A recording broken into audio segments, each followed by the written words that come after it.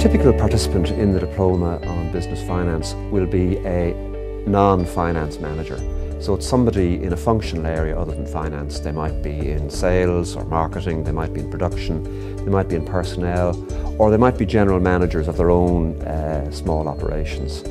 And what they're looking for when they come on the course is they're looking to upskill in the finance area. As they move up in their organisations, or as their organisations get bigger, they're increasingly being confronted with financial topics and issues and questions, and they want to be able to deal with them eyeball to eyeball with the financial experts, so that rather than having to listen to them, take their advice, follow their advice, they want to question what they're getting, and they want to reach their own conclusions and make their own decisions. Well, I think finance is coming back in importance over the last 2 years as the economy has gone down. In the boom years, you didn't need any financial expertise to make a lot of money. Indeed, financial expertise could be a hindrance. What has happened since the boom turned to bust is that suddenly the old values have had to be relearnt, and it's back to basics. And finance is probably the most basic area of all. It's very straightforward, nuts and bolts stuff. It can be made complicated. What we seek on this course is to reduce it to its most simple and basic level. And really, at its most basic level, it involves two things. It involves measuring your costs properly, measuring what's happening properly, and then on the other hand, allocating your investment to those areas where it will be rewarded best. I think one of the unique selling features of our programme is the fact that it encompasses so many varying levels and aspects of finance.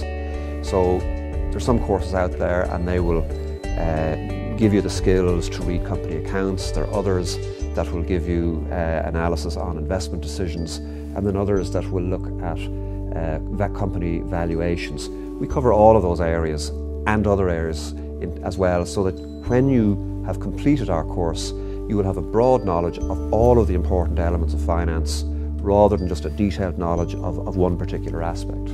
I think the key measure of success is that participants would feel comfortable in discussing financial topics and would be fluently able to articulate a view on an issue that would be informed, would be credible and coherent. And that kind of ties in with another aspect of the course, which is throughout the course we will review current developments, day-to-day news developments in the areas of economics and finance, and relate what's happening at a macro level to the micro level impact within companies or on individuals within companies, so that in a sense we join the dots and people can see the connections between what they're doing and what's happening in the broader picture.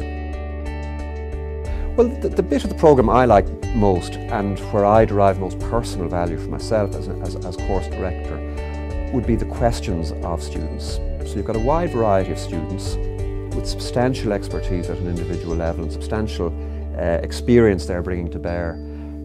You're never in a position to predict the questions they will ask. So you always have to be on your toes to be able to give them coherent and credible answers. And in giving those answers, you're forced to clarify your own thoughts sometimes. So that to me is a fantastic challenge, and it keeps the course fresh and keeps me fresh. And that's why that's the bit of the course that I derive most value from.